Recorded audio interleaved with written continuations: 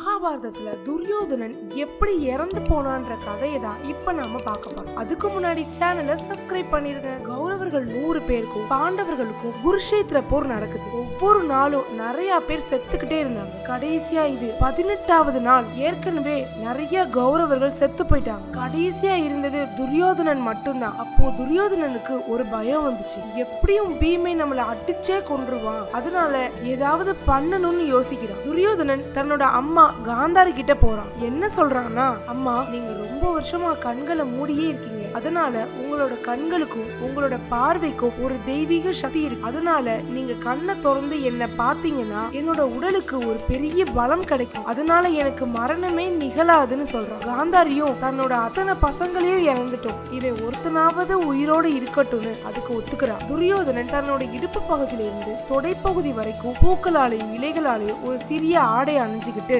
தன்னோட அம்மா முன்னாடி போய் நிக்கிறான். காந்தாரியும் கண்ணை திறக்கிறா. அவ கண்கள்ல இருந்து ஒரு தெய்வீக சக்தி பரவுச்சு. அது துரியோதனனோட உடல்ல போய் பட்டுச்சு. அவனோட உடல் வஜ்ரமா மாறுச்சு. அதாவது வைரம் பாய்ந்த கட்டைன்னு சொல்லுவாங்க, அந்த மாதிரி அவனோட உடல் ரொம்ப வலிமையா மாறுச்சு. இப்போ 18வது நாள் துரியோதனன் தனக்கு சாவே கிடையாதுன்னு தைரியமா போர்க்களத்துக்கு போறான். பீமன் அவனை அடிக்க ஆரம்பிக்கிறான். அடிச்சுக்கிட்டே இருக்கான். சூரியன் மறைய போகுது, ஆனா துரியோதனனுக்கு மரணமே நடக்கல. அப்போதான் கிருஷ்ணர் ஒரு விஷயத்த சொல்றாரு. பீமா, அவனோட உடம்புல வலிமை குறைஞ்ச இடம் எதுன்னு தெரிஞ்சு அடி, அப்பதான் அவன் சாவான்னு சொல்றாரு. அதுக்கு 2 விஷயங்கள் இருக்கு. ஒண்ணு, காந்தாரி கண்ணை திறந்து பாக்குறப்போ துரியோதனனோட முழு உடம்பே அவ பாக்கல. இடுப்புல இருந்து தொடைப்பகுதி வரையும் அவன் ஆடை அணிஞ்சிருந்தான். 2வது காரணம், பாண்டவர்களுக்கும் கௌரவர்களுக்கும் நடுவுல சூதாட்டம் நடந்துச்சு. சூதாட்டத்துல பாண்டவர்கள் தோத்து போனாங்க. திரௌபதிய துச்சாதனன் சபைக்கு இழுத்துட்டு வரான். அவன் இழுத்துட்டு வந்தோடனே துரியோதனன் ஒரு வார்த்தை சொல்றான். திரௌபதி என் தொடையில வந்து உட்காருன்னு சொல்றான். பாண்டவர்கள் தோத்து போனதுனால